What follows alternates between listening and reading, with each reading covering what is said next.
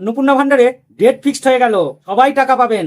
এবার আপনাদের অপেক্ষার অবসান হবে, একটা ডেটই সবাই টাকা পাবেন। কবে সেই ডেটটা দেখতে হলে পুরো ভিডিওটা দেখুন, আর সঙ্গে চ্যানেলটা সাবস্ক্রাইব করবেন।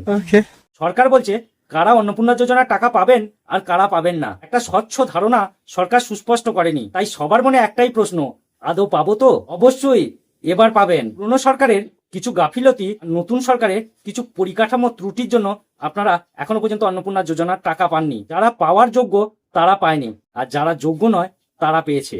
ঠিক বলেছে। সরকার তোমাদের প্রতিশ্রুতি দিয়েছিল ভোটের আগে যে আমরা ক্ষমতা এলে ৩,০০০ টাকা করে অন্নপূর্ণার ভান্ডার দেব। তাই সরকারি প্রকল্প, অধিকার তো থাকবেই। তাই সরকার বলে দিয়েছে 15ই আগস্টের পর প্রত্যেকেই অন্নপূর্ণা যোজনার টাকা পাবেন, অবশ্যই যারা কিন্তু যোগ্য। তাই অপেক্ষা করুন। আর কারা পাবেন না, যারা সরকারি চাকরিজীবী তারা অন্নপূর্ণা যোজনার টাকা পাবেন না। পঞ্চায়েত, পুরসভা, শিক্ষা প্রতিষ্ঠানের কর্মীরা এই যোজনার টাকা পাবেন না। আর পেনশনভোগী সরকারি কর্মচারীরা এটা পাবেন না। মানে যেসব মহিলারা পেনশন পান 25 বছরে কম আর 60 বছরের বেশি যাদের বয়স, তারা কিন্তু অন্নপূর্ণা যোজনার টাকা পাবেন না। যারা পশ্চিমবঙ্গের যোগ্য বাসিন্দা নয় তারাও পাবেন না। আর ভোটার তালিকা থেকে যাদের নাম বাদ পড়েছে তারা কিন্তু এই যোজনার টাকা পাবেন না। তাই সবাইকে বলবো, নতুন সরকার এসছে, একটু ধৈর্য ধরুন।